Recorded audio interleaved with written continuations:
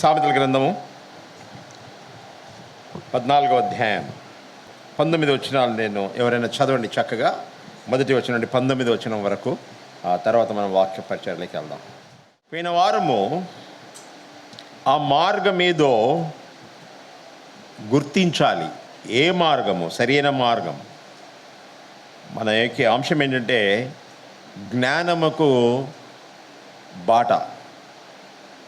ఆ జ్ఞానం కొన్న బాట, ఆ బాట ఏందో, ఆ దారి ఏందో మనం గమనించాలి, అది గుర్తుపట్టాలి. 14వ అధ్యాయం 1వ వచనంలో ఆ జ్ఞానయుక్తులైన వారు వారి కుటుంబ జీవితంలో, కుటుంబ వ్యవస్థలో వారు చాలా చక్కగా ఉంటారు. కుటుంబ వ్యవస్థలో వాళ్ళ గృహాన్ని నిర్మించే వారిగా ఉంటారు. అంతేకాకుండా 2వ వచనంలో జ్ఞానవంతులైన వారు యెహోవా యందు భయభక్తులు కలిగి ఉంటారు. దేవుని భయం అనేది వారి లోపల ఉంటుంది. అదేవిధంగా 3వ వచనంలో వారు జ్ఞానవంతులైన వారు వారి యొక్క మాటలు జాగ్రత్తగా ఉంటాయి. వారి పెదవులు కాపాడుకొని ఉంటారు. ఎప్పుడు ఏది మాట్లాడాలో జాగ్రత్తగా మాట్లాడతారు. 4వ వచనంలో జ్ఞానవంతులైన వారు కష్టించి ఫలించే వారిగా ఉంటారు. ఎందుకంటే వారు కష్టపడే జీవులుగా ఉంటారు, సోమరిపోతులుగా ఉండరు. జ్ఞానవంతులైన వారు మంచి సాక్ష్యము కలిగి ఉంటారు, మంచి సాక్ష్యమును కలిగి ఉంటారు, మంచి సాక్ష్యమును ఇస్తారు. 6-7 వచనాల్లో జ్ఞానవంతులైన వారు జ్ఞానాన్ని శోధించే వారిగా ఉంటారు, బుద్ధిహీనంగా ప్రవర్తించరు. సరే, 2వ భాగంలో మనం చూసినట్టయితే 8 నుంచి 19 వచనం వరకు ఆ మార్గం ఏదో గుర్తించడం కాదు, కానీ ఆ మార్గాన్ని గ్రహించడము, దాన్ని అర్థం చేసుకోవడం ప్రాముఖ్యమైనది. ఈ జ్ఞానవంతమైన మార్గం ఏదా అని దాన్ని గ్రహించేది చాలా ప్రాముఖ్యమై ఉంటున్నది, అర్థం చేసుకునేది. అదే 8వ వచనం నుంచి మనం చెప్తుంటున్నాడు. మనం చూసినట్టయితే 8వ వచనంలో ఇక్కడ చూసినట్టయితే తన ప్రవర్తనను కనిపెట్టి ఉండుట వివేకులకు జ్ఞానమునకు లక్షణము. తమ ప్రవర్తన కనిపెట్టి ఉండుట వివేకులకు లక్షణము. అంటే ప్రియులారా, వారు ఈ వివేకులు అంటే ఎవరు? వివేకులంటే ఎప్పుడు ఏది మాట్లాడాలనో, ఎప్పుడు ఏది చేయాలనో అది వారు జాగ్రత్తగా వారు ఆలోచించి చేస్తారు. వారి ప్రవర్తన, వారి వివేకులైన వారు ఆంగ్ల భాషలో అంటే they make a right moves at the right time. అంటే సరైన సమయంలో సరైన విషయాలు వాళ్ళు కొనసాగిస్తారు. అది చాలా ప్రాముఖ్యమైనది. కాబట్టి ఈ జ్ఞానము, ఈ యొక్క అంటే వారు చాలా తెలివిగా, చాతుర్యంగా, చాలా చాకచక్యంతో, వాళ్ళు చతురత్వంతో వారు ముందు కొనసాగుతుంటారు. వారి జీవితంలో వారు జాగ్రత్తగా ఉంటారు. చిన్న ఎగ్జాంపుల్, మీరు కన్స్ట్రక్షన్లో ఉన్నారు కాబట్టి ఒక ఎగ్జాంపుల్ ఇస్తాను మీకు. మీరు ఏదైనా టెండర్ తీసుకుంటున్నారు అనుకోండి. టెండర్ తీసుకున్నప్పుడు టెండర్లో ఆ పని ఎంత ఉందో మీకు బాగా తెలుసు. వాళ్ళు నీ నుంచి ఏం ఎక్స్పెక్ట్ చేస్తున్నారో తెలుసు. ఫర్ ఎగ్జాంపుల్, మీరు తీసుకున్న టెండరు బహుశా అది చేసేదానికి బహుశా ₹1 కోటి కావచ్చు. వాళ్ళు ఇచ్చిన టెండర్ ఆఫీస్ వాళ్ళు 1 crore దాకా ఇచ్చారు. దాని ఎక్స్పెన్సెస్ 20% తీసేస్తే 80%, 80 లక్షలు ఖర్చు అవుతుంది. నువ్వు ఆలోచించకుండా నాకు టెండర్ రావాలని గబక్కినా దాన్ని 50 లక్షలకే ఇచ్చినావు అనుకో, నీకు వస్తుంది అది. ఆ టెండర్ నీకు ఆ పని నువ్వు తీసుకుంటావు. కానీ అనాలోచనంగా చేసినావు కాబట్టి అక్కడ ఏమవుతుంది? నువ్వు నష్టపోతావు. ఎందుకంటే ఆ పని 50 లక్షల్లో కాదు, నువ్వు ఆలోచించలేదు. అది నువ్వు కూర్చొని దాన్ని చార్ట్ చేసుకోలేదు. ఎంత ఇది ఎంతని నువ్వు చక్కగా దాన్ని అనలైజ్ చేసుకోలేదు. ఆ పనిని దేఖాజాయగా అనుకున్నాను. ఎందుకంటే ఎవరు దొరకకూడదు, నాకు దొరికింది, हमको इतना काम मिला है, हमको टेंडर मिला है. కానీ బాగానే కొనసాగించావు, స్టాండర్డ్ పని చేస్తున్నావు, ఇంజనీర్ వస్తున్నాడు, కానీ డబ్బులు దాదాపు 45 లక్షలు అయిపోయింది. పని సగమే అయింది, 3/4 అయింది. ఏం చేస్తావు? లేబర్ని కట్ చేస్తావు, మెటీరియల్ తక్కువ తెప్పిస్తావు. బహుశా నీవు క్రెడిటర్స్ నిన్ను పిలుస్తూ ఉంటారు, అది పిలుస్తూ ఉంటాయి. నీ బిల్స్ పాస్ కాలేదు. చివరికి ఏమవుతుందంటే నువ్వు బ్లాక్ లిస్ట్ అయిపోతావు. పని చక్కగా చేయలేదు కాబట్టి. అది ఎక్కడ ప్రారంభమైందండి? నీ చతురంగా, జ్ఞానయుక్తంగా అక్కడ ప్రవర్తించలేదు. నువ్వు ఏం చేశావు? నువ్వు భావనాత్మకంగా అక్కడ ప్రవర్తించావు. దేక మీరైతే దేక ఫస్ట్ అయితే చేతిలోకి రాని తర్వాత చూసుకుందాం అన్నావు. అంటే మీరు ఆ పనిలో ఉన్నారు కాబట్టి మీకు ఎగ్జాంపుల్ ఇచ్చాను. జ్ఞానవంతులు వారు సరి అయిన మూవ్స్ చేస్తారు. ఇది నాతోటి అయిద్దా కాదా? నష్టం కాకపోయినా బ్రేక్ ఈవెన్ కావాలి, అప్పుల్లో పడకూడదు అనే ఆ దృక్పథంతో ఆలోచించి వారు దాని పనులు చేస్తూ ఉంటారు. అది చాలా ప్రాముఖ్యమైనది. నేను మన లోపల చాలామందిని చూశాను. నేను చాలా మంచి కెరియర్తో ఆరంభించారు. మీరు కాంట్రాక్ట్స్ తీసుకొని సడన్గా ఏమైందో మరి తెలియదు, ఏమైందో తెలియదు, నష్టపోయారు. లాస్ ఒకేసారన్నారు. లాస్ ఎందుకైంది?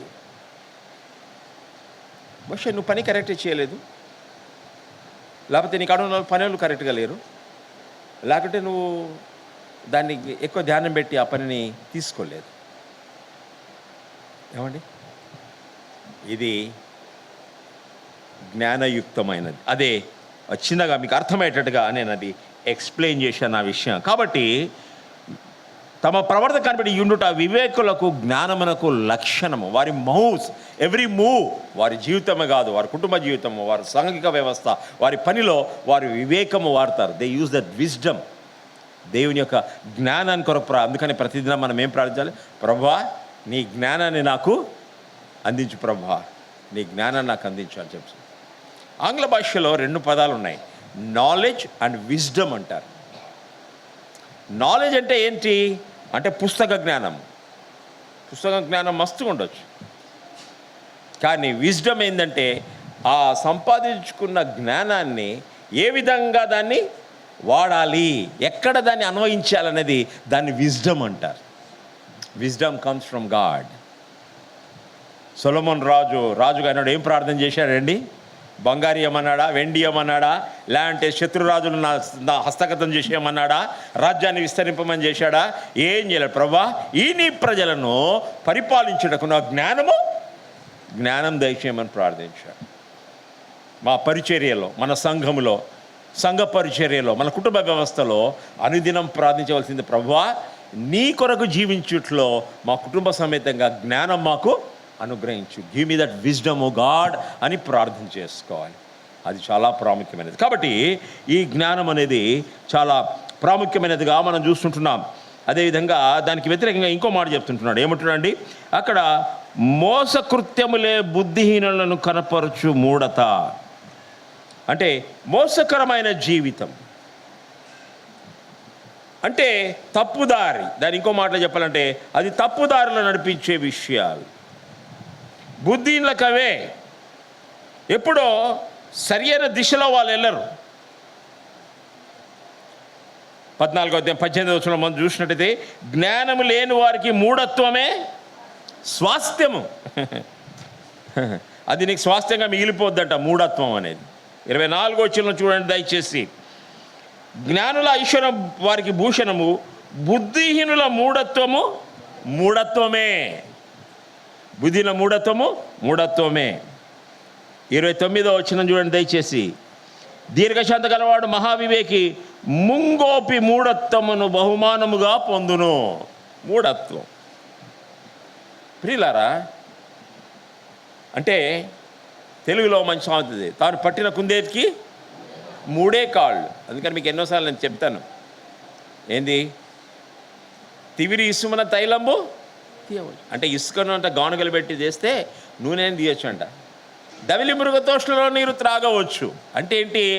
ఎండమావులు ఎండలో ప్రయాణం అయిపోతున్న మధ్యాహ్నం కూడా బస్సులో పోతుంటే నీళ్ళ మాదిరి కనిపిస్తాయి ఎండమావులు. అది నీళ్ళు అనుకొని కూడా తాగొచ్చు అంట. ఏమండి, అది నీళ్ళు అనుకొని కూడా. తిరిగి కుందేటు కొమ్ము సాధించవద్దు. ఒరే దానికి కుందేటు కొమ్ములు ఉండవురా అంటే వాడు అంటాడు ఉంటాయి అంటాడు. అదేలా తీసుకురావచ్చు అంట. జేరి మూర్ఖుని మనసు రంజింపరాదు. మూర్ఖుడు ఎవ్వరి మాట అయినాడు, వాడు చేసేదే రైట్. అదే ఇక్కడ చెప్పే దేవుని వాక్యంలో ఈ 4 వచనాలు చదివాం కదా, 4 వచనాలు అదే ఎక్స్ప్లెయిన్. 3 మూఢత్వమే, అదే వాడు చెప్పేది. వాడు ఆలోచించాడు. హాస్యాస్పదంగా ఉంటుంది, మీ ఇంతకుముందు చెప్పింటాను అనుకుంటాను. ఒక సారు తెలుగు పాఠం చెప్తుంటున్నాడు క్లాస్లో.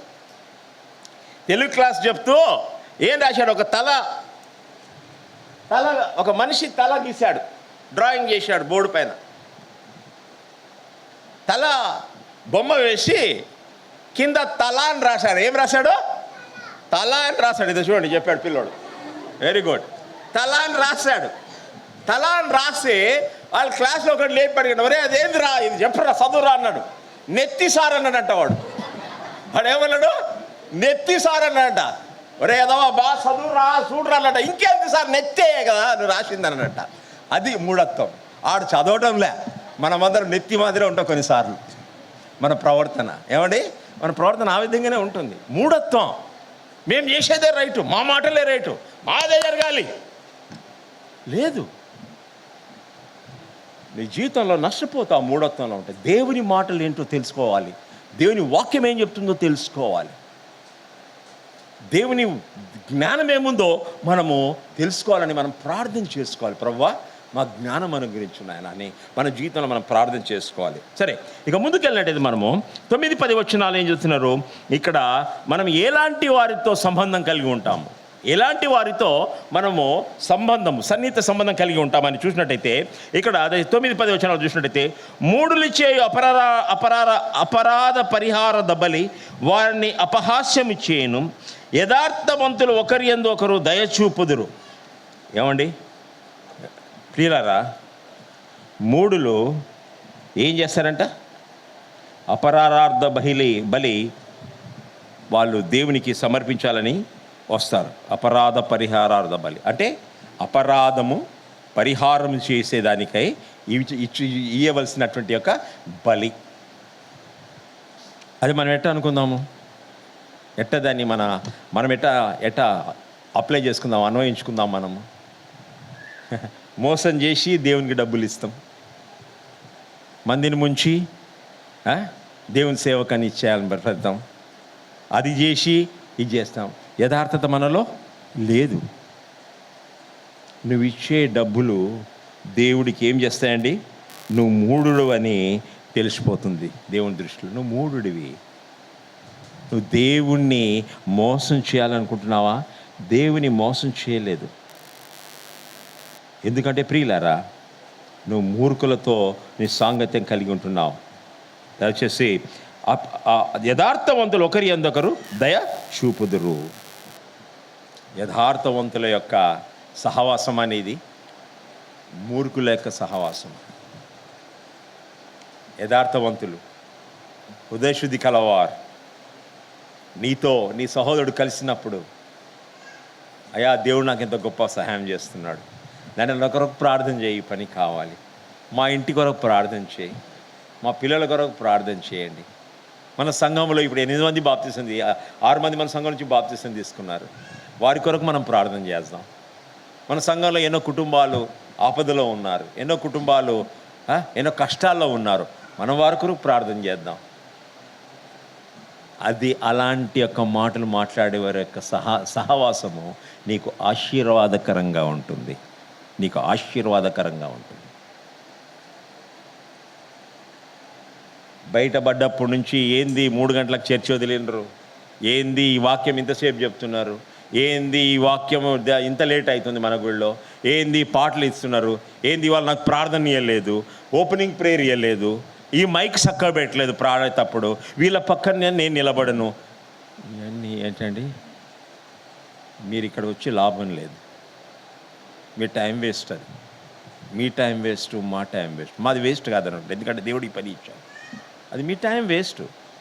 మీరు విన్నది దాన్ని అంగీకరించకుండా, దాన్ని వినకుండా ఉంటే ఏం లాభం? మీరందరు కొంతమంది సినిమాలు చూసి ఉంటారు అనుకుంటారు, లేదంటే టీవీ అన్న చూస్తారు కదా. మంచి సినిమా టికెట్ కొనుక్కొని, లేదంటే మంచి టీవీ తెచ్చుకొని, పెద్ద కలర్ టీవీ పెట్టుకొని నువ్వు మంచి ప్రోగ్రామ్ అయితే కన్ను మూసుకొని నిద్రపోతే ఏం లాభం? గురక పెడతా ఉంటే. ఏమండి, అదేమన్నా ఉందా? ఎందుకు థియేటర్కి ఎందుకు పోయినా? అంత డబ్బులు పెట్టినావు, థియేటర్ పోయినావు, టికెట్ కొన్నావు, కానీ నిద్ర గురక పెడుతున్నాను. నీ పక్కోళ్ళు చెప్తున్నాడు ఉట్ అంటున్నాడు. ఏమండి, అంతే. అదంతే, గుడి కూడా అంతే. నువ్వు ఇక్కడికి వచ్చి విని పెడచెవిని పెట్టుకొని ఇక బయటపడ్డప్పటి నుంచి నువ్వు ఇంకా నకారాత్మకమైన విషయాలపైన దృష్టి ఉంచి నీ యొక్క జీవితంలో నువ్వు తప్పులు పడుతూ వేరే వాళ్ళపైన తప్పులు పడుతున్నావు, పాస్టర్ పైన తప్పులు పడుతున్నావు, పెద్దలపైన తప్పులు పడుతున్నావు, కార్యక్రమం పైన తప్పులు పడుతున్నావు, పాటలపైన తప్పులు పడుతున్నావు. ఇంకేమనంటే మా చెన్నైలో ఇట్ అవుతుంది, మా ఊర్లో ఇట్ అవుతుంది, పక్కన ఇట్ అవుతుంది, బెంగళూరులో ఇట్ అవుతుంది అని చెప్తా తిరుగుతున్నావు. ఎందుకు వచ్చినావు?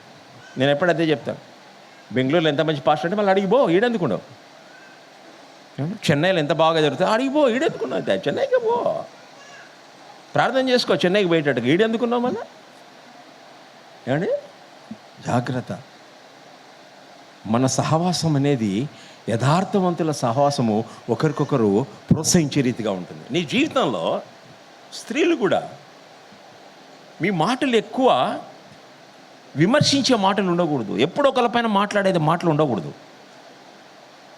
ఆత్మీయ జీవితం కలిగి ఉండాలి. దేవుడు నీకు భర్తని ఇచ్చాడు, నీకు పిల్లల్ని ఇచ్చాడు, నీకు ఇండ్లు ఇచ్చాడు.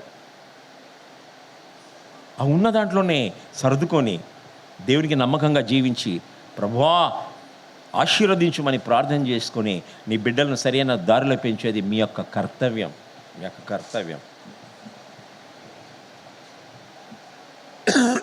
కొంతమంది ఎప్పుడు అదే ఏడుస్తారు. చూడు మా అక్క ఎట్ట ఉంది, మా చిన్న ఆయన ఎట్టున్నాడు, వాడు మొన్న వచ్చిండు బొంబాయికి, వాడు బాగా అయ్యాడు, వాడు ఇల్లు కొనుక్కున్నాడు, వీడేం చేసినాను, ఇంతకాలం నేను చేసుకున్నాను, నా బతికితే నా జీవితం నాశనమైందని ఏడ్చుకుంటా ఉంటే తొందరగా సమాధికి వెళ్ళిపోతాం. ఏమండి, తొందర సంఘం అంతా కలిసి పాట పాడాల్సి వస్తుంది, పరదేశంలో మో ప్రియులారని. ఏమంటే కదా, అది మంచిది కాదు. అది క్రైస్తవులకు తగిన యొక్క సంబంధం కాదు. క్రైస్తవ జీవితం అంటే తృప్తికరమైన జీవితం, యథార్థవంతుల యొక్క సహవాసం, మంచి భక్తితో ఉన్నవారి యొక్క సహవాసం. ఎవరైనా రాకపోతే వారికి ఎవరు ప్రార్థన చేయాలి. అక్క నువ్వు రాలేదు, ఏం బాగాలేదా, ఎందుకు రాలేదు, అన్న నువ్వు రాలేదు, తమ్ముడు నువ్వు రాలేదు, ఎందుకు రాలేదు, ఇన్ని రోజులైంది నువ్వు గుడికి రావట్లేదు, ఎందుకు రావట్లేదు అని ఒకరికొకరు పరామర్శించుకొని ప్రార్థన చేసుకొని దర్శించి బలపరిచేదే మన యొక్క కర్తవ్యమే ఉండాలి. అదే యథార్థవంతుల యొక్క సహవాసం. మేము పాస్టర్ అయిన వాళ్ళం కూడా అంతే. ఏదో సెలెక్టెడ్ ఇండ్లకు కాదు మేము దర్శించాల్సినది, అందరి ఇండ్లు దర్శించాలి. అది మా కర్తవ్యం. అదే మా టీం వాళ్ళకి నేను చెప్తాను. అందరి గృహాలు దర్శించాలి, అందరి కొరకు ప్రార్థనలు చేయాలి. మనం గృహ దర్శనాలకు పోయినప్పుడు మోదీ గారు వస్తున్నాడు అన్నట్టుగా సజావట్ చేయని అవసరం లేదు. ఏమండి, మీకున్న దాంట్లోనే నేను చెప్తాం, మీరు చందాలు ఇవ్వాలి, మీరు భోజనాలు పెట్టాలి, నాన్ వెజ్ చేసి పెట్టాలి, లేకుంటే ఇంత కానుకలు ఇవ్వాలి. ఇది ఇది ఇది ఇది గృహ దర్శనాల యొక్క పద్ధతి కాదు. అది మాకు తెలుసు, ఇది ఆ పద్ధతే కాదు. అందుకనే మేము సెలెక్టెడ్ ఇళ్ళకి పోము, అందరి ఇళ్ళకి పోమని చెప్తాం. అరే పాస్టర్ వచ్చిన కానుక ఇవ్వకపోతే నీ కాడ లేకుంటే ఇవ్వద్దు, బలవంతమేం లేదు. నీ కాడ లేకుంటే బలవంతంగా ఏమి ఇవ్వద్దు. ఒక 100 రూపాయలు పెట్టుకున్నావు అనుకో, ఉదయాన్నే కూరగాయల కొరకు పెట్టుకున్నావు, వచ్చిండు పాస్టర్ వచ్చిండు, లేకపోతే ఎవరైనా గృహ దర్శనానికి వచ్చిండు, ప్రార్థన చేసిండ్రు, టక్కున 100 రూపాయలు తీసి ఇచ్చేసినావు, ఏమైందండి? నెక్స్ట్ డే ఎవరు బాధపడతారు? అంటే జ్ఞానయుక్తం ఇవ్వద్దని చెప్పి జ్ఞానయుక్తంగా ఉండాలి, జ్ఞానయుక్తంగా ఉండాలి. అది మాకును సంఘాన్ని అందరికీ ఇది అన్వయించే ఒక పద్ధతి అండి. ఇది పద్ధతి ఏమండి. అందుకని నేను ఎన్నోసార్లు చెప్తాను, మీ ఇంటికి నేను సంవత్సరానికి ఒకసారి వస్తున్నాను సాధారణంగా. వచ్చినప్పుడు మీరు స్ప్రైట్ తీసుకొస్తారు. స్ప్రైట్ అవసరం లేదు, ఎన్ని స్ప్రైట్లు తాగుతాను? ఒక స్ప్రైట్ చాలు, ఈ వారానికి ఒక స్ప్రైట్ చాలు నాకు. ఏమండి, ప్రతి ఇంట్లో స్ప్రైట్ ఇస్తారు, ఎందుకంటే పాస్టర్కి ఇవ్వాలి, అది మీకు సంతోషం. ఏమండి, నేనేం చేస్తాను, ఆ స్ప్రైట్ ఇంట్లో తీసుకుపోయి పెడతాను. ఏమండి కదా, ఫ్రిడ్జ్లో పెట్టేసేస్తాం. ఎవరైనా వస్తే గెస్ట్ ఇస్తారు, మేము అనుకుంటాము మా 30 రూపాయలు తగ్గిపోయింది రా కొనుక్కోరాకుండా గెస్ట్కి ఇచ్చేసినాం అనుకుంటాం. ఏంటండి కదా, అంటే మీ యొక్క ఆతిథ్యాన్ని తృణీకరించడం లేదు, చిన్న చూపు చూపటం లేదు. మీరు ఉన్న దాంట్లోనే ఎంతో ఘనంగా మీరు ఆదరించి గౌరవిస్తూ ఉంటున్నారు. దానికి నేను ఎంతో కృతజ్ఞుడనై ఉన్నాను. కానీ ఏంటంటే మన స్థితికి మించి చేయని అవసరం లేదు. ప్రతిసారి గ్లాస్ మంచినీళ్ళు ఇస్తే చాలు, నో ప్రాబ్లం. మన పరిస్థితిని చూసుకోవాలి. అలాంటి యొక్క సహవాసము, అలాంటి యొక్క మనసు మనం కలిగి ఉండాలని, యథార్థవంతుల యొక్క జీవితము అలాగుంటుందని చెప్తుంటున్నాడు. ఎందుకు యథార్థవంతులు ఒకరి యందు ఒకరు దయ చూపుతారు, ఒకరి పట్ల ఒకరు ద్వేషభావం ఉండదు. యవనస్తులు కూడా, ఆడపిల్లలు ఇంకా జాగ్రత్తగా ఉండండి. ఏమండి, వాళ్ళు డిజైనర్ డ్రెస్ కొనుక్కుంటే మీకేమైంది? ఏమండి, దాదర్లో పోయి డ్రెస్ కొనుక్కుంటే మీకేమైంది? నీకేమైనా వస్తుందా? లేదుగా. డిజైనర్ డ్రెస్ కొన్న వాళ్ళనేమి అందరూ ఊరేగించటం లేదు. దాదర్ డ్రెస్లో కొన్న వాళ్ళని వాళ్ళేమి కింద చూడటం లేదు. ఎంత చెట్టుకు అంత గాలి. సమస్య ఏమవుతుంది? క్రిటికల్ అయిపోతాం మనము. వాళ్ళ గురించి మాట్లాడడం, వారి వేషాభూషణం గురించి మాట్లాడడం, వారి మాటలకు, వాళ్ళ అలవాట్లు మాట్లాడడం, ఇవన్నీ ఏమవుతుందంటే దాని ద్వారా మీ ఆత్మీయంగా ఏం పోతారండి? నష్టపోతారు. You will lose his spiritual essence. ఆ ఆత్మీయత అనేది, ఆ మంచిగా ఆ పరిపక్వతతో ఒక పువ్వు, ఒక మల్లె పువ్వు ఇచ్చినప్పుడు ఎంత మంచి సుగంధమైన వాసన ఉంటుందో, అది మీరు అలాంటి యొక్క జీవితము దేవుని కొరకు జీవించేటప్పుడు ఇలాంటి విషయాలు మీరు చేసిందంటే అది మంచి వాసన కాదు, దుర్వాసన అక్కడ నుంచి, దుర్గంధం వస్తుంది అక్కడి నుంచి. జాగ్రత్త. యథార్థమైన జీవితము కలిగి ఉండాలి చెప్పి. సరే, ముందుకెళ్దామండి.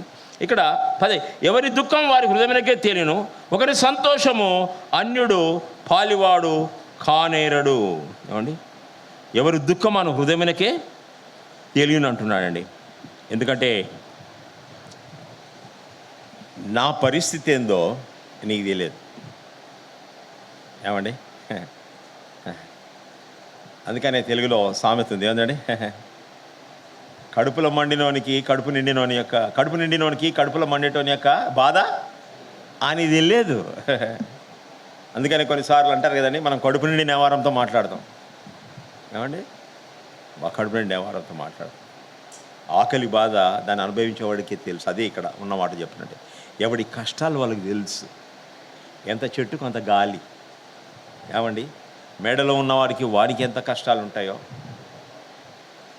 చిన్న గృహంలో ఉన్నవాడికి వాడికి ఎంత కష్టాలు ఉంటాయో, ఎవరి కష్టాలు వాళ్ళకు ఉంటాయి. మనం ఏమనుకుంటాము, అందరూ హాయిగా ఉంటారు అనుకుంటారు. అది మన దృష్టి. కానీ ఇక్కడ ప్రియులరా, దయచేసి ఎవరి దుఃఖము వారి హృదయమునకే తెలియను, వాని హృదయమునకే తెలియను. కొన్నిసార్లు మీరు అనుకుంటారు, సార్కి ఎందుకు పైసలు ఇవ్వాలి, సార్కి అవసరం లేదు, సారు బాగా కారులో వస్తాడు, కారులో పోతాడు, మంచి బట్టలు వేసుకుంటాడు, బాగా తిరుగుతుంటాడు, ఆయన బాగున్నది అంటారు.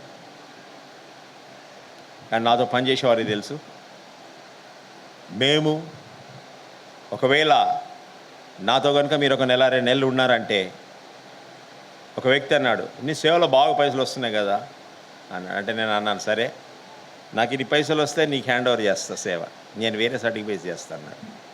అవునా, ఎంత వస్తుంది అన్నాం, ఇంత వస్తుంది అని చెప్పాను. ఇదైతే నాకు వద్దన్నాడు, ఇటాటి సేవ అయితే నాకు వద్దన్నాడు. నేను బ్యాంకు జాబ్ కాదు చేసేది, ఎందుకంటే డిపాజిట్ చేయడము, ఇవ్వడము, రాయడం కాదు, విశ్వాసంతో నడిచే సేవ ఇది.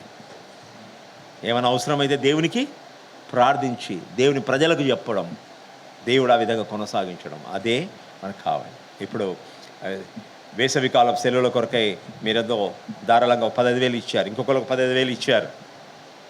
ఏమండి, అంటే ఇక దాదాపు 2 లక్షలు ఖర్చు. కానీ నేను చెప్పేది ఏంటంటే, 2 లక్షలు ఎక్కడి నుంచి వస్తాయి? ఎవరు ఇస్తారు? దేవుడు ఇస్తాడు. ఒకవేళ మీకంటే దేవుడు ఇస్తాడు బ్రదర్ అంటాడు, మళ్ళీ నీకు దేవుడు ఇయ్యడా? దేవుడు అందరికీ ఇస్తాడు, కానీ మన పాత్ర మనం వహించాలి. ఎవరి కష్టము వారికి తెలియను అని చెప్తున్నాను. కాబట్టి ఇంకొకరిని చూసి మనము మత్సరపడవద్దండి. అంతేకాదండి, ఒకరి సంతోషం అన్యుడు పాలివాడు కానేరాడు. అంటే ఒకరి కడుపు నిండితే ఆకలి లేనాడు వాని దాంట్లో పాలు పొందలు, దానికి 2 వ్యతిరేకమైన పదాలుగా మనం చూస్తుంటున్నాం. ఇక 11 వచ్చిన, భక్తిహీనుల ఇల్లు నిర్మూలమగును, యథార్థవంతుల గుడారము వర్ధిల్లును. భక్తిహీనుల ఇల్లు ఏమవుతుందండి?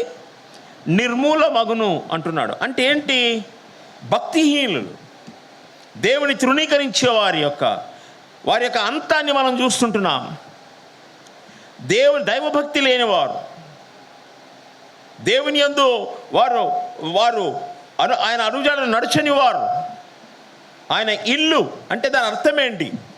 ఇల్లు అంటే కొంతమంది భక్తులు అంటారు బహుశా వాడి ఇండ్లే కావచ్చు, చెర ఆస్తులు కావచ్చు, వాడి వంశావళే కావచ్చు, కుటుంబ సభ్యులే కావచ్చు. ఏం చేస్తారంటున్నాడు దేవుడు? ఇల్లు నిర్మూలమగును అంటున్నాడు. ఇల్లు నిర్మూలమగును అంటున్నాడు. దయచేసి 15వ అధ్యాయం 25వ వచనం చూద్దామండి. 15వ అధ్యాయము 25వ వచనం.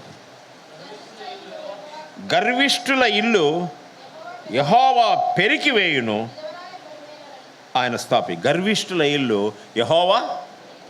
ఇక్కడ ఈ పదాన్ని అర్థం చేసుకునే దానికి మనం ఏమి ఇక్కడ అనాలి? ఇక్కడ భక్తిహీనులను ఉంది, 15వ అధ్యాయం గర్విష్ఠులను ఉంది. గర్విష్ఠులైనా దాని పక్కన ఏముంది? ఇల్లు అనేది ఉంది. అంటే వాళ్ళకి ఆస్తి అనేది ఉంది. దేవుని ఎందుకు భక్తి లేదు. వాడు తాగుతాడు, తింటాడు, ఆయుష్ చేస్తూ ఉంటాడు, వ్యభిచారం చేస్తాడు, అన్ని విషయాలు చేస్తాడు. వాడు బాగున్నాడు, వాడికి ఇల్లు ఉంది, గాడి ఉంది, బొంబాయి భాష గాడి, బంగ్లా సబ్ చూసుకోవాలి, అన్నీ ఉన్నాయి. కానీ మనకి నువ్వు దేవుని కాడికి గుడికి నమ్మకంగా వస్తున్నావు, ప్రార్థనలు వస్తావు, అన్ని కార్యక్రమాలు వస్తావు, నీ ఇంట్లో జాగ్రత్తగా ఉంటావు, దేవునికి ప్రార్థన చేసుకుంటావు, నీ పిల్లలను భయభక్తులు నడిపిస్తున్నావు. అయినా నీ దగ్గర వానుకున్నటువంటి యొక్క ప్రాస్పరిటీ, వానుకున్నటువంటి యొక్క ఆ యొక్క ఎదుగుదల నీలో లేదు. అంటే లోకరీతిగా ఎదుగుదల. కానీ భక్తిహీనుడు ఇల్లు, వానికి దేవుడు ఆస్తి ఇస్తాడు, వానికి కూడా ఛాన్స్ ఇస్తాడు, అందరికి ఛాన్స్ ఇస్తాడు దేవుడు. God is a fair God. ఎందుకంటే భక్తిహీనుల పైన వర్షం పడుతుంది. వాడు ఒక మర్డరర్ అయితే నరహంతకుడి యొక్క పొలంలో వర్షం పడుతుంది, బాగున్నోని పొలంలో కూడా వర్షము పడుతుంది, దొంగ పొలంలో వర్షం పడుతుంది, మంచోని పొలంలో కూడా వర్షం పడుతుంది. దేవుడు యథార్థవంతుడు ఆ విషయంలో. కానీ అది ఎక్కువ రోజులు కొనసాగనివ్వడు. దాని 3వ పదం ఏముందండి? నిర్మూలమగును అంటున్నాడు. 15వ అధ్యాయంలో ఈ పెరికి పారవేయును అని చెప్పాడు. గర్విష్ఠులయ్యింది. జాగ్రత్తగా ఉండాలి మన జీవితంలో. దీని అర్థమేంటని మనం చూసినప్పుడు దేవుడు వారి యొక్క చిర ఆస్తులు తీసేస్తానంటున్నాడు. దేవుడు తీర్పు తీరుస్తానంటున్నాడు. దానికి కింద ఇంకో మాట చెప్పాడండి, యథార్థవంతుల గుడారము వర్ధిల్లును. గుడారం అంటే వాడి ఇండ్లు, వాడి జీవితము వర్ధిల్లును అంటున్నాడు. అంటే దాని యథార్థవంతుల యొక్క ఇల్లు వర్ధిల్లును అంటున్నాడు, వాడి గుడారము వర్ధిల్లును అంటున్నాడు. ప్రియులరా, అంటే దాని అర్థం ఏంటండి? ఇది ఒక చెట్టు మాదిరిగా ఒక విత్తనం వేశాం, అది మొలకెత్తింది, ఆ పాదు పెరిగింది, పెద్దగైంది, ఫలాలు ఇస్తూ ఉంటుంది. దాని యొక్క గుర్తు ఏంటండి? That is the picture for growth, prosperity and stability. అంటే అది ఎదుగుదలకు, అది హరితమైన జీవితానికి, అది యొక్క స్థిరత్వానికి ఒక సాదృశ్యం. యథార్థవంతుల యొక్క ఇల్లు. మనది ఏ కోవకు చెందిన ఇండ్లా అని మనము ఈరోజు పరీక్షించుకోవాలి. మన జీవితాన్ని మనం పరీక్షించుకోవాలండి. ఒక నేరుట సరైనదిగా కనబడు మార్గం కలదు, అయితే తుదకది మరణమునకు త్రోవ తీయును. సరైన మార్గం నా దృష్టిలో రైటే, నేను చేసేది రైటే. ఇక్కడ మార్గం, దారి గురించి చెప్తూ ఉంటున్నాడు. ఏమండి? దారి గురించి చెప్తూ ఉంటున్నాడు. మన ఎవరో కొంతమంది ఐఐటిలో చదివే స్టూడెంట్స్, వాళ్ళందరూ హైకింగ్ పోయారు కర్జత్ దగ్గర. 3-5 మంది కలిసిపోయారు హైకింగ్, అంటే కొండలెక్కేదానికి అండి. హైకింగ్ పోయినప్పుడు వాళ్ళంతా ప్లాన్ చేసుకొని పోయినారు, మ్యాప్ వేసుకొని బాగా ఫోన్ పెట్టుకొని జీపీఎస్ పెట్టుకొని పోయినారు. ఎక్కుతూ ఉన్నారు. ఎక్కుతూ ఉంటే ఏమైపోయిందండి? నెట్వర్క్ పోయేసి వాళ్ళు ఆఫ్లైన్ మ్యాప్ లోడ్ చేసుకోలేదు అక్కడ, మనకు తెలియదు. ఆ నెట్వర్క్ పోయినప్పుడు వాళ్ళు తప్పిపోయారు. రాత్రి అయిపోయింది. వాళ్ళ దగ్గర ఎట్లా పోవాలో ఇంటికి తెలియదు, దారి తెలియదు.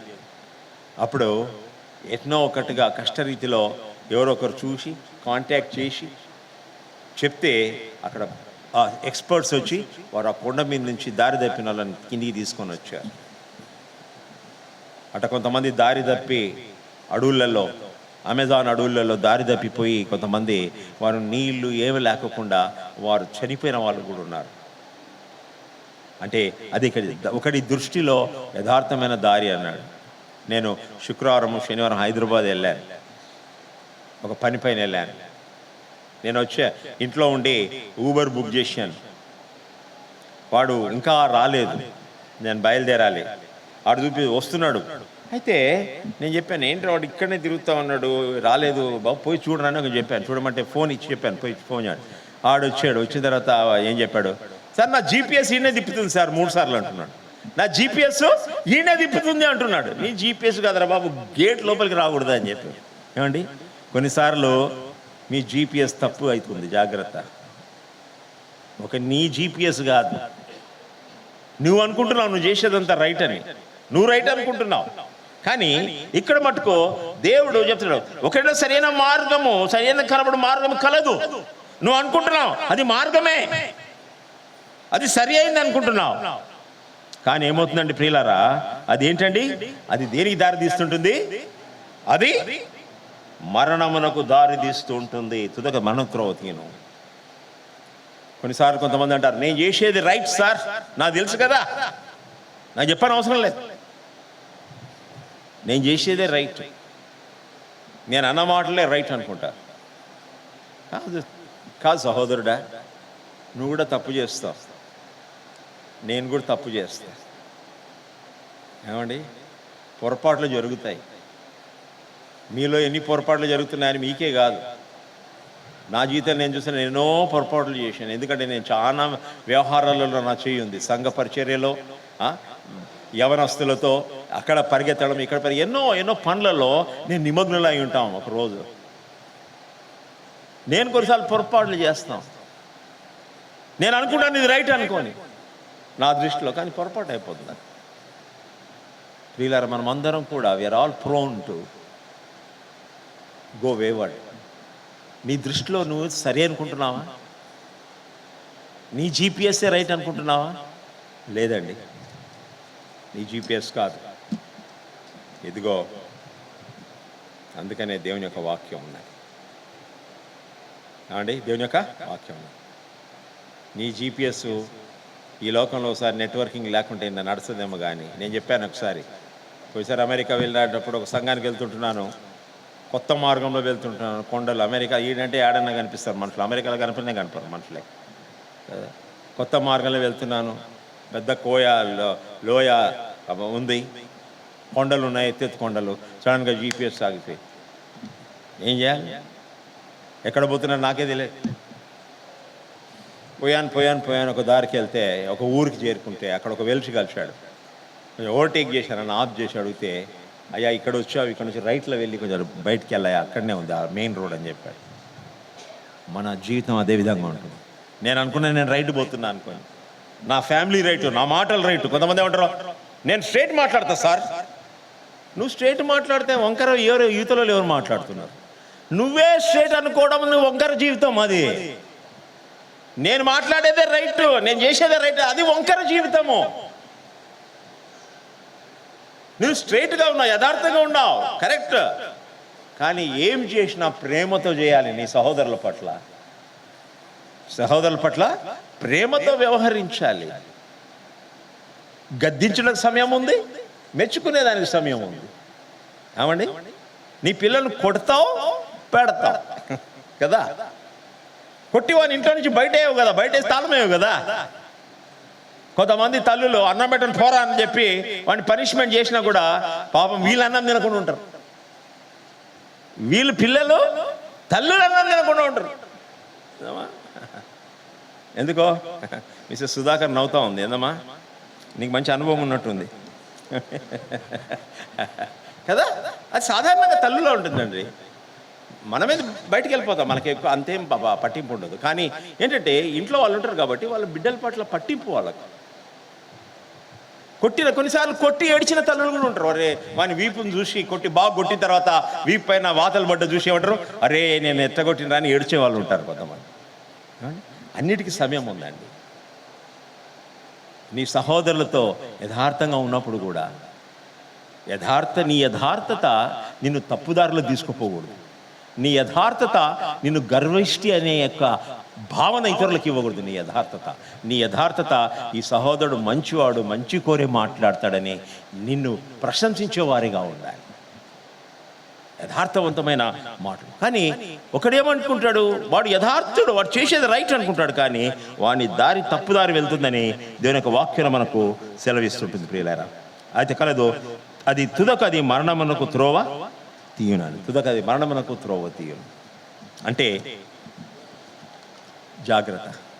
దీని విషయము ఆలోచించినప్పుడు కొంతమంది భక్తులు ఏమంటారంటే, ప్రియులారా, ఇది ఆలోచన లేని మనస్సాక్షి, వాళ్ళ గ్రహింపు లేని మనస్సాక్షి. ఏమండి, వాడు ఎవరి మాట వినని మనస్సాక్షి. He carved his own life అంటారు. వాడి జీవితాన్ని వాడు ఏర్పాటు చేసుకున్నాడు తప్పుల నాశనమాడు. కొంతమందికి యవనస్తులకు ఎంత చెప్పినా అర్థంగా, చదువుకోండిరా బాబు, కొంచెం బాగా చదువుకోండిరా అండి. ఈ గుంపులో నుంచి ఇంజనీర్స్ కాండి, మీరు డాక్టర్స్ కాండి, మీ కుటుంబానికి మీరు ఒక మంచి పదవిని తీసుకోనండి. మీ అమ్మ నాయన ఎంతో కష్టపడుతున్నారు, వాళ్ళు కూలి నాయన చేస్తుంటున్నారు, ఎలక్ట్రికల్ పని చేసుకుంటున్నారు, ఈ ఎండలో పట్టని ఎండలో ఎంతో కష్టపడి ఉదయం నుంచి రాత్రి బయట పనులు చేసుకుంటున్నారు. అయినా మిమ్మల్ని ఏం చేస్తున్నారు, ఒక ఇంట్లో పెట్టి బాగా చదివిస్తుంటున్నారు. మంచి స్కూల్లో వేశారు చాలా మటు. ఇక చదివే వాళ్ళు సెబాస్టియన్ స్కూల్ కానీ, రైన్ స్కూల్ కానీ, ఇక్కడ స్కూల్లో మంచి స్కూల్లో మీరు చదువుకుంటున్నారు. ఎందుకు? మా పిల్లలు చదివి ప్రయోజకులు కావాలని. మీరు మీ దృష్టిని చదువుపై నుంచి వైదొలిగించి లోకరీతిగా మీ లైఫ్ అంతా సెల్ ఫోన్లో చుట్టుంటే మీదేమవుతుంది, మీ జీవితం సెల్లోకి వెళ్ళిపోతుంటుంది. సెల్ అంటే ఏం తెలుసో, జైలు, 4 గోడలు అన్నట్టు సెల్. ఆ సెల్ ఫోన్లో నీ జీవితం గడిపినట్టయితే నీ జీవితం సెల్లోకి వెళ్ళిపోతుంటుంది. అంటే ఫోన్ పెట్టుకోవద్దు అంటలేదు, నాకు కూడా ఉంది ఫోన్ కదా. మీరు అనుకోవచ్చు, పాస్టర్ ఫోన్ రక్తా हमको ఫోన్ రखने के लिए नहीं बोलते, మీరు చాలా షార్ట్గా మాట్లాడతారు కదా, షార్ప్గా మాట్లాడతారు. కానీ ఫోన్ పెట్టుకోవద్దు అంటలేదు. కానీ మీరు చేయవలసిన పని ఏంటి? మొట్టమొదట దేవుని భక్తి, రెండవది మీకు ఇచ్చిన పని, తల్లిదండ్రుల గౌరవం, మూడవది మీకు ఇచ్చినటువంటి పనులు, చదువు. మీరు చేసేది ఏం లేదు, చదువు బాగా చదువుకోవాలి. నాకు తెలుసులే అంటారు. ఏమంటారు కొందరు, ఏమంటారు, అమ్మ మాలమే క్యా పడనే క్యా హమేషా పడో బోల్తే అంటారా లేదా? మీరు ఒప్పుకోరు, మీ అమ్మలను అడగాలనా అంటే ఏది పోదు, చదువు అంటారు. నాకు తెలుసులే చదివేది అంటారు. కొట్లాడి ల్యాప్టాప్ తెచ్చుకుంటారు. నువ్వు ల్యాప్టాప్ తెచ్చుకుంటుంటే మీ అమ్మ మీ నాన్న మురిసిపోతారు, అమ్మ వాడు ఎంత చదువుకుంటున్నాడు అని. నువ్వు ల్యాప్టాప్లో ఎన్ని విండోస్ తెరిచినావు వాళ్ళకి తెలియదు కదా. నీ ల్యాప్టాప్లో ఎన్ని విండోస్ ఓపెన్ ఉన్నాయో వాళ్ళకి తెలియదు పాపం కదా. వాళ్ళు వచ్చినప్పుడు టక్కున ఏమైనా శబ్దం అయినా కానీ ఇట్లా పెడతావు, ఒకసారి వచ్చేస్తావు, విండో చేంజ్ చేసేస్తావు. సైన్స్ చదువుకుంటున్నాడు దూరం నుంచి, మనోడు ఏదో చదువుకుంటున్నాడులే అంటాడు. టక్కునేమవుతుంది, మళ్ళా యూట్యూబ్ వెళ్ళిపోతావు కదా. అది బాగా బూత్ హుషారి అప్పుడు ఉస్మే చాలా క్లెవర్ దాంట్లో, అలాంటి పనులు చేసే దాంట్లో. కానీ ఏముంటుందండి, చదువుకోండి, యథార్థంగా ఉండండి జీవితంలో. నీ దృష్టిలో సరైన మార్గం అనుకోవద్దు, అది మరణానికి దారితీస్తుంది, నీ వినాశనానికి దారితీస్తుంది అని దేవుని వాక్యం చేస్తుంది. కాబట్టి ప్రియులారా, మన సంబంధము, మన జీవితము దేవునికి విధేయతలో కొనసాగినట్టయితే దేవుడు మనల్ని ఆశీర్వదిస్తాడు. దేవుడు ఈ వాక్యం వినికిడిలో ఆశీర్వదించి దీవించగా.